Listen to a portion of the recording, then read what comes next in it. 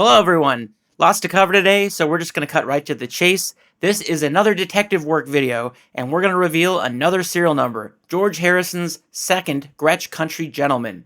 Now, out of all four Gretsches that George owned, this is probably the most well-known and probably the most famous. It's the guitar he used on The Ed Sullivan Show, it's in a bunch of movies, and a ton of other live performances. Here is the story.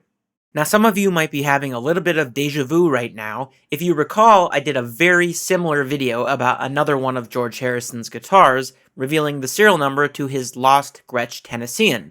I highly recommend checking out that video if you haven't already seen it. I got a lot of questions about how I accomplished it, but I also got a lot of confused comments as to how any of it was possible. So no, there was no CSI style enhancement going on, no image trickery, it's just film. Now, you guys probably don't know this about me, but I'm a bit of a photographer.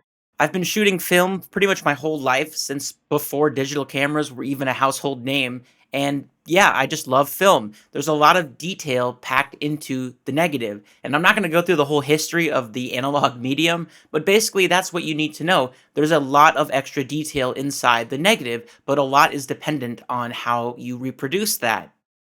This is why movies shot on film decades ago look stunning in 4K Ultra HD. The film has an incredible amount of clarity. It's also why digital content from more recent history looks terrible. My early YouTube videos, for example, will forever be 720 pixels in height. Back then, it looked great. Now, on a 4K screen, it's easy to see what the issue is. Film doesn't have these pixels though, and I'm grossly oversimplifying this, by the way, for the purposes of this video, but you get the point. So when we're talking about still photography, back in the day, and still today, film would be developed, and the end result is you'd either get a negative, or you'd end up with a positive, which is sometimes referred to as a slide. If I were a photographer in the 1960s, and in fact I did this myself in college, I would take the negatives once they were developed, and I would go into the darkroom, and I would make a print using an enlarger. And the enlarger would allow me to blow it up and crop it and basically do whatever I wanted for the final product. In many cases, the photographer would plan to crop their images in advance, so in many old proof sheets you'll see these markings defining where the frame should eventually be cropped. Later, these blown up and cropped images would be sent to publishers, who would then reprint them in the newspapers, books, magazines, collectibles, and more. A lot of people call these dot prints, but I believe the technical term is halftone. Either way, this is why you often see these dots on an image. So to give you an example of just how much detail can be lost in film, here is an optical print that my grandfather made in his basement 70 years ago of my grandma. My grandpa left his entire collection of slides and negatives to me before he passed away to archive, and this is what I found. Now compare this print to the actual negative uncropped.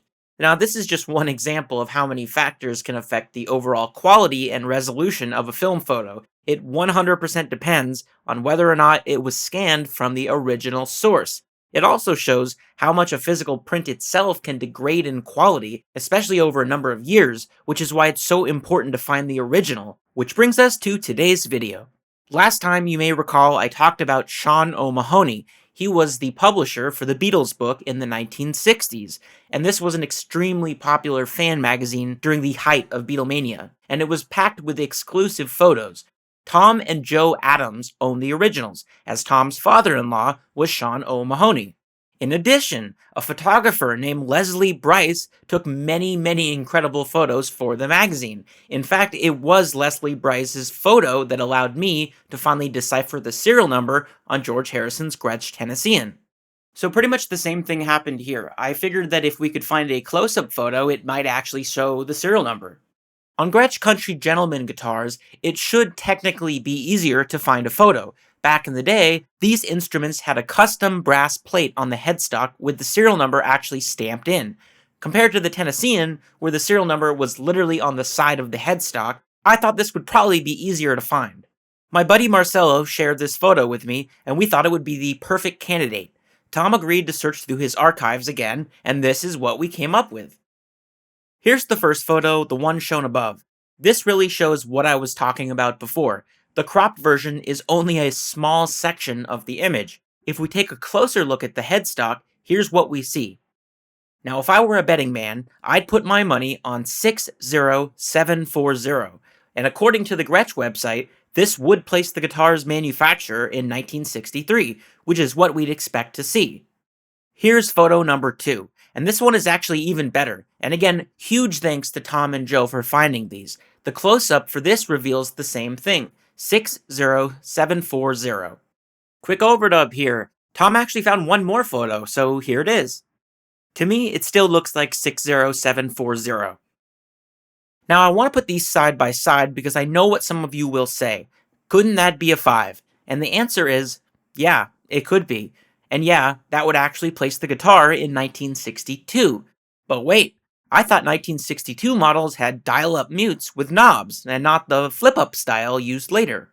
Well, it's easy to find 1962 models starting with serial numbers that begin with a 4 and have those flip-up mutes. Thanks to Bob Beloff, who pointed out that 48345 is a dial-up and 48358 is flip-up. So it would seem that the change occurred somewhere in the 4/8 series. The next thing Beatles fans are going to ask, Nick, how do you even know that that's his second Country Gentleman?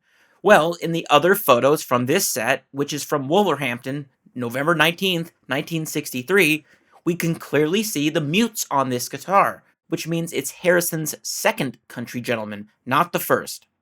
So I'll leave it up to you to decide. Like I said, I'd bet 60740, but it could very well be 50740. Let me know what you think in the comments below. Alright everyone, that's all for today. I really have nothing else to say except start checking those vintage Gretsches. Have a good one.